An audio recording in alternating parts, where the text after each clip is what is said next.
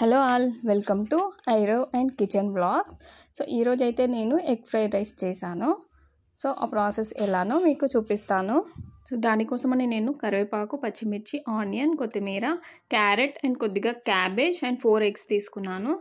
So ఒక బౌల్లో rice తీసుకుని సో దానిలో కావలసినంత కారం, సాల్ట్ అండ్ కొంచెం పసుపు, ధనియా పౌడర్ అండ్ కొంచెం గరం మసాలా యాడ్ చేశాను.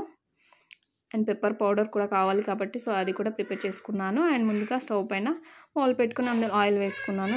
అది హీట్ అయ్యేలోపు రైస్ని ఇలా బాగా కలుపుకోవాలి. ఆయిల్ హీట్ అయింది. సో ఇప్పుడు 4 eggs అనేవి అందులో వేసుకోవాలి. అండ్ దానికి కొంచెం salt and pepper powder add చేసుకోవాలి. యాడ్ చేసుకున్న తర్వాత సో స్లోగా ఇలా కలుపుకోవాలి. అండ్ పెద్ద పీసెస్గా ఉంచుకోవాలి, మరీ చిన్నగా చేయకూడదు. సో అలా నెమ్మదిగా కలుపుకుంటూ సో ఒక ప్లేట్లోకి తీసేసుకుందాం అది. అండ్ తర్వాత మళ్ళీ కొంచెం ఆయిల్ వేసుకొని అందులో కొంచెం పచ్చిమిర్చి, ఆనియన్ వేసుకొని కలుపుకోవాలి.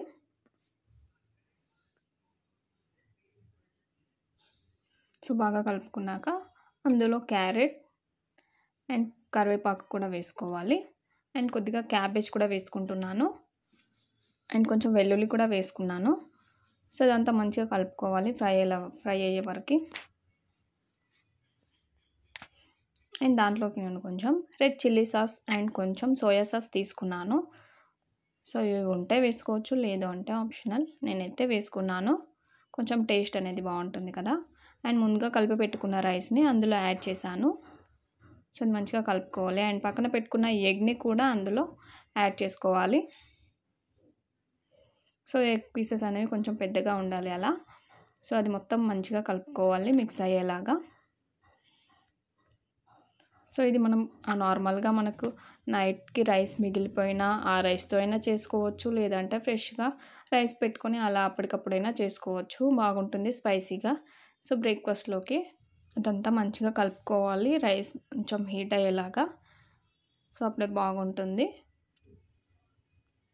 అండ్ నేను ఒక 2 to 3 minutes వరకు లిడ్ పెట్టుకున్నాను.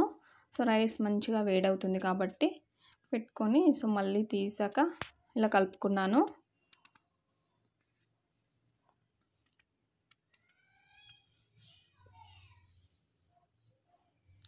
మొత్తం అంతా మంచిగా కలుపుకున్న తర్వాత ఫైనల్గా మనము కొత్తిమీర వేసుకొని స్టవ్ ఆఫ్ చేసుకోవచ్చు. సో అంతే అండి, అయిపోతుంది సింపుల్గా, స్పైసీగా బాగుంటుంది. సో ట్రై చేయండి ఎగ్ ఫ్రైడ్ రైస్. ఇంకా ఇందులోకి కావాలనుకుంటే బీన్స్ అండ్ మనకు స్ప్రింగ్ ఆనియన్ కూడా యాడ్ చేసుకోవచ్చు, బాగుంటుంది కలర్ఫుల్గా. అండ్ టేస్ట్ కూడా బాగుంటుంది. నా దగ్గర లేదు కాబట్టి నేను వేయలేదు. సో అంతే, ఫైనల్గా స్టవ్ ఆఫ్ చేసుకొని ప్లేట్లోకి తీసుకోవడమే. So egg fried rice ready అయింది. నేనైతే ఫైనల్గా మా ఆయనకి ఇచ్చేసాను. Thanks for watching.